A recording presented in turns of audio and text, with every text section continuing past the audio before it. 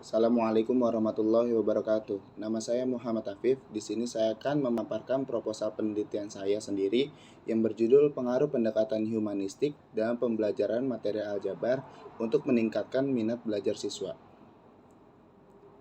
Kita mulai dari latar belakangnya terlebih dahulu. Pendidikan merupakan usaha atau upaya siswa dalam mengenal serta memilah hal baik dan buruk. Siswa juga dapat mengasah keterampilannya mereka agar bisa menjadi lebih baik lagi. Dengan keterampilan yang mumpuni, seseorang akan lebih mendapat pekerjaan yang menyenangkan dan sukses dalam bidang yang ia minati. Belajar adalah suatu kegiatan atau proses yang dilakukan seseorang untuk memperoleh ilmu, pengetahuan, serta perubahan tingkah laku secara keseluruhan sebagai hasil pengalamannya dalam interaksi lingkungan. Belajar juga menjadi salah satu hal penting dalam suatu pendidikan. Tanpa belajar, seseorang akan terlihat lebih terdidik dalam hal perilaku maupun pengetahuannya. Dengan kata lain, orang yang gemar belajar akan lebih terdidik. Minat belajar siswa merupakan salah satu faktor yang sangat penting untuk mencapai kesuksesan hasil belajar siswa dalam berbagai banyak pelajaran. Salah satunya pelajaran matematika dengan adanya minat belajar matematika dari seorang siswanya tersebut. Akan tetapi bisa memahami materi-materi yang dipelajari oleh seorang pendidik. Minat belajar siswa di Indonesia cenderung masih sangat rendah pada pelajaran matematika ini terutama, yang kebanyakan siswanya sudah bermindset matematika itu sulit, jadi siswa malas untuk mempelajari matematika. Salah satu materinya itu adalah aljabar. Ada beberapa pendekatan dalam belajar, salah satunya pendekatan humanistik. Pendekatan humanistik adalah memberi peranan yang penting dalam suatu pembelajaran terhadap kebutuhan pembelajar. Artinya segala sesuatu dalam belajar berorientasi pada anak didik. Oleh sebab itu, saya sebagai peneliti ingin mengetahui seberapa jauh pengaruh pendekatan humanistik ini dalam pembelajaran matematika, terutama pada materi aljabar untuk hasil belajar siswanya. Kita masuk ke pernyataan masalah. Berdasarkan latar belakang yang sudah saya jabarkan, pendekatan humanistik sangat dapat membantu minat belajar dalam pelajaran matematika, terutama pelajaran aljabar.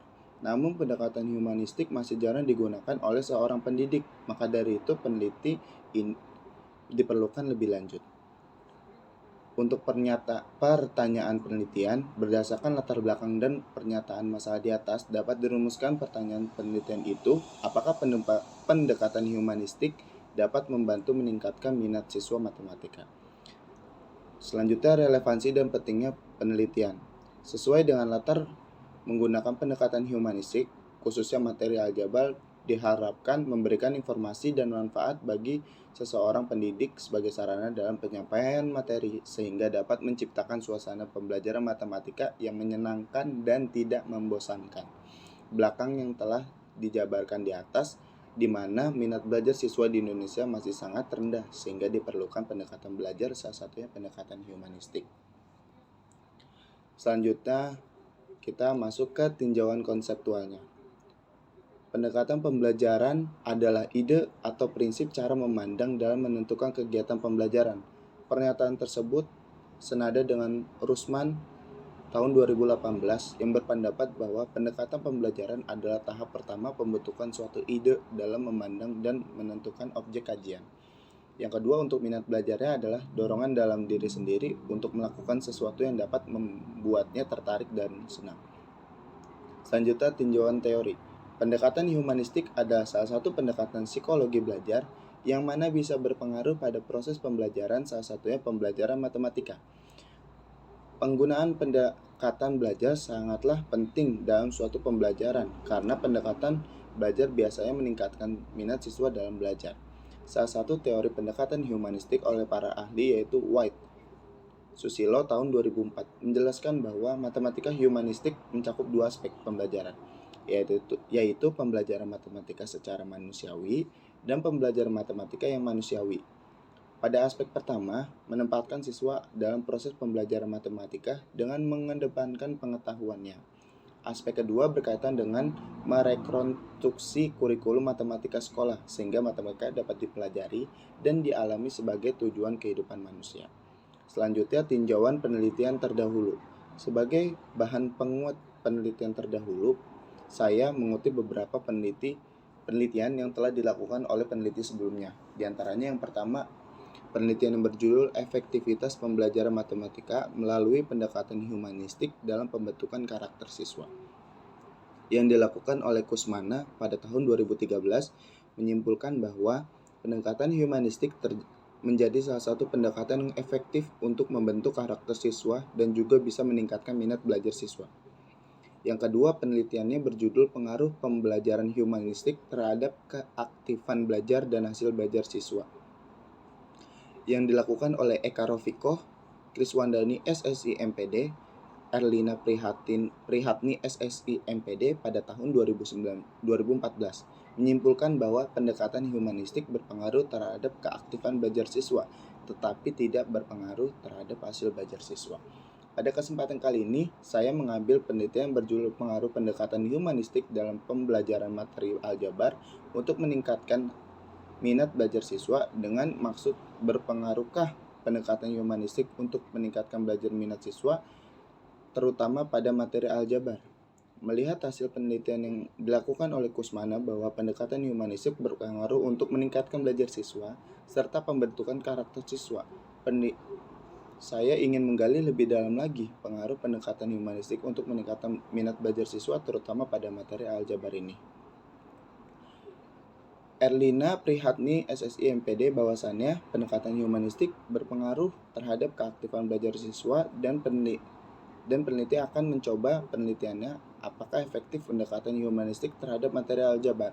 Karena penelitian sebelumnya, pendekatan humanistik kebanyakan digunakan untuk meningkatkan minat belajar siswa, tetapi tidak untuk meningkatkan hasil dari belajarnya siswa tersebut. Selanjutnya, saya memasuki desain penelitian. Penelitian ini menggunakan pendekatan humanistik.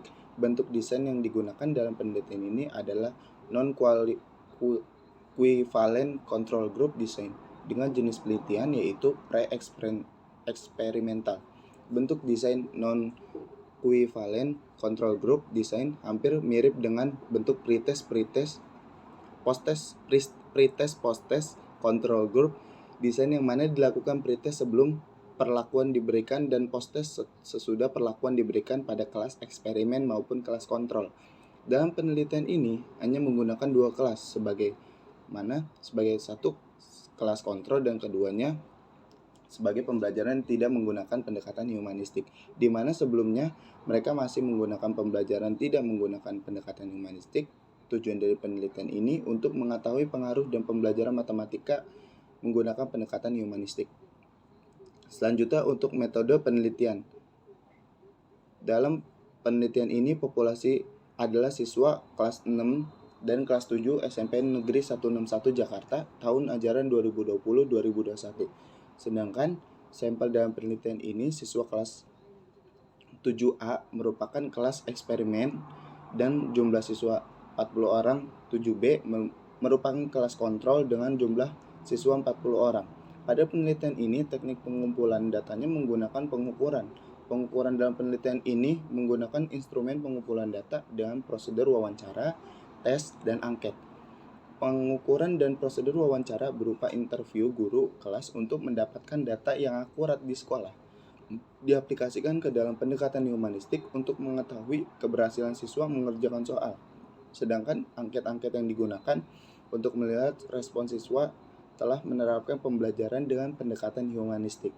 Sumber datanya primer, di mana nantinya siswa diperintahkan untuk mengerjakan soal pretest dan posttest. Kedua kelas ini akan diberikan soal pretest sebelum dilakukan perlakuan.